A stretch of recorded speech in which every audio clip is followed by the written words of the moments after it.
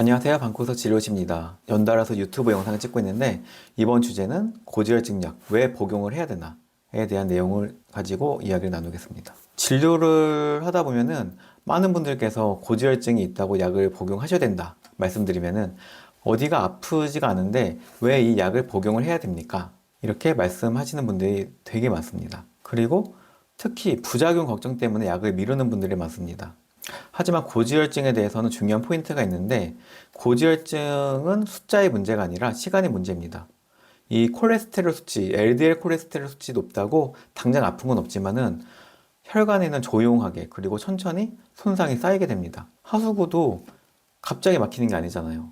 천천히 찌꺼기가 쌓이다 보니까 어느 순간 하수가 막히게 되고 그렇게 되면은 물도 안 내려가고 사람 불러서 뚫어야 되고 이런 일들이 생기는 것처럼 우리 혈관도 천천히 찌꺼기가 쌓이다 보니까 특정 시점을 넘으면은 심근경색이나 뇌졸중 같은 사건이 터지게 됩니다. 그래서 진단 당시에는 나 지금 아무런 증상이 없는데 그냥 지켜보자 하는 분들이 실제로도 많습니다. 하지만 이거는 타이밍이 중요한 질환입니다. 그럼 고지혈증 약을 왜 복용을 하는지 목표는 하나입니다. 심혈관계 질환을 줄이기 위해서입니다. 고지혈증 약 자체는 우리가 콜레스테롤 수치가 높은 거를 수치상으로 낮추는 것만 목적이 있는 게 아니고 이 LDL 콜레스테롤을 낮춤으로써 심근경색이나 뇌졸중 그리고 기타 혈관 질환을 예방하는 효과가 탁월하기 때문에 이 약을 복용해야 된다고 얘기를 하는 겁니다. 여러 가지 스터디에서 이 점을 확인했고 그래서 고지혈증의 치료의 가이드라인이 만들어졌습니다.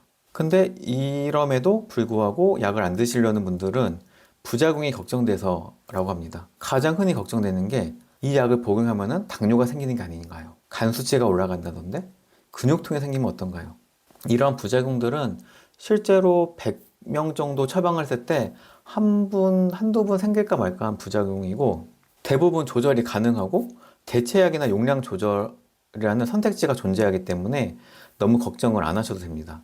하지만 혈관이 한번 막히게 되면은 심장 혈관이 막힌다. 그러면 심근경색으로 쓰러지고 소생술, 스텐트까지 해야 되고 심각한 경우에는 장애와 사망까지 이르게 되는 아주 크리티컬한 부작용이 있기 때문에 우리가 살아가면서 득실에 따졌을 때는 약을 복용해서 얻을 이익이 훨씬 크기 때문에 이 고지혈증 약을 복용을 권유드리는 겁니다. 만약에 고지혈증 약을 복용하다가 끊게 되면 어떻게 되나요? 예전에 교과서에서는 고지혈증 약 복용 후 호전되면은 약을 감량하거나 줄여볼 수 있다라고 나온 것 같습니다. 근데 요즘 가이드라인에서는 약을 복용해서 조절이 잘 되다가 약을 끊게 되면은 수치는 원래 체질과 생활습관 상태로 돌아가게 됩니다. 진료실에서 환자분들께 설명드릴 때 고지혈증 약을 복용하면은 그냥 넉넉하게 콜레스테롤 수치가 절반 정도 낮아질 거라고 얘기를 합니다. 그러면은 고지혈증 약을 복용을 하게 되면은 50%로 그 수치가 좋아지게 되는데 만약에 고지혈증 약을 복용을 중단하게 된다. 그러면은 지금 피검사 수치에 곱하기 2를 하면 되겠죠? 그 곱하기 2를 한 수치가 약을 복용을 안 해도 되는 수치다.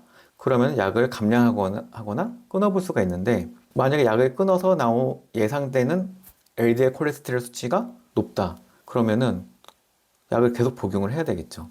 이러한 원인이 왜 그러냐면은 콜레스테롤 자체가 물론 식생활 때문에 콜레스테롤 수치가 많이 올라가는 경우도 있지만은 간에서 만들어지는 비중이 더 크기 때문에 즉 체질적으로 콜레스테롤이 많이 만들어지는 분들이 있기 때문에 이러한 경우에는 식이 조절하고 운동만으로는 그 조절에 한계가 있습니다.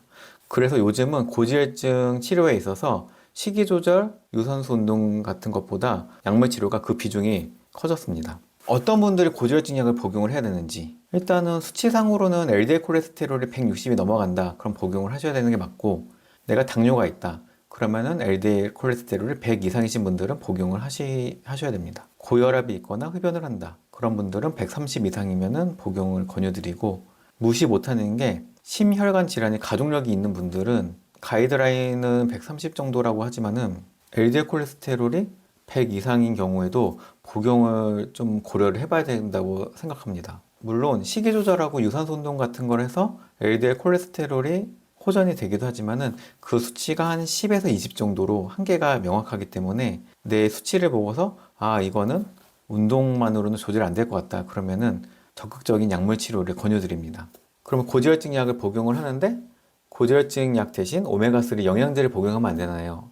이렇게 여쭤보는 분들이 있습니다. 되게 꽤 많습니다. 근데 요즘 추세로는 오메가3는 고지혈증의 치료 목적으로는 잘 사용을 안 하는 게 추세라서 그것보다는 스타틴 계통 약을 복용하는 것을 권유드립니다. 아까 설명드린 대로 고지혈증 약을 먹었을 때 생길 수 있는 부작용에 대해서 하나하나 설명드리고 이거에 대한 반박을 좀 말씀드리겠습니다. 고지혈증 약을 복용하면 당뇨가 생긴다는데요. 물론 고지혈증 약을 복용하면 혈당이 약간 소폭 올라갈 수 있습니다. 그렇지만은 당뇨가 안 될 분들이 당뇨가 되진 않습니다. 만약에 고지혈증 약을 복용하는 분이 당뇨가 있다면은 그분은 고지혈증 약을 복용해서 당뇨가 됐다기보다는 당뇨가 이미 되실 분들이 당뇨가 됐기 때문에 그거에 대한 걱정은 그렇게 하지 않으셔도 됩니다. 그리고 간 수치나 근육통이 생길까봐 걱정돼요.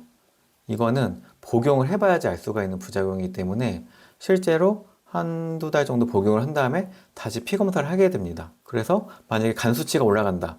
그럼 거기에 따라서 적절한 조치를 하고 고지혈증 약 종류도 엄청나게 많기 때문에 간에 대한 부작용이 덜한 고지혈증 약으로 변경을 해볼 수가 있습니다. 근육통 같은 경우에는 복용하다 보면 생길 수가 있는데 그 정도가 계속 꾸준하게 있다면은 고지혈증 약을 마찬가지로 변경하면서 부작용이 덜한 고지혈증 약을 찾아보는 방법이 있습니다. 요즘은 주사로 맞는 고지혈증 치료제도 있는데 그 금액이 좀 비싸기 때문에 일반적인 분들께는 권유드리기 어렵고 온갖 고지혈증 약을 다 복용을 해봤는데 근육통이 너무 심해서 못 먹겠다. 그런 분들께는 주사로 맞는 고지혈증 약을 생각해 볼 수 있을 것 같습니다. 그래서 정리를 해보자면 고지혈증 약은 먹는 거는 당장 불편하지만 미래의 큰 사건을 줄이는 약입니다. 부작용은 관리를 할 수 있지만 혈관 사건은 한 번 오면 돌이키기 어렵기 때문에 기준이 된다면 복용하는 것을 적극 권유드립니다. 고지혈증 약 복용을 비유를 든다면 우리가 다들 건강보험 하나씩은 들잖아요. 자동차 보험도 들고요. 고지혈증 약 복용은 우리 혈관 건강을 위한 보험을 드는 거랑 마찬가지라고 생각하시면 됩니다.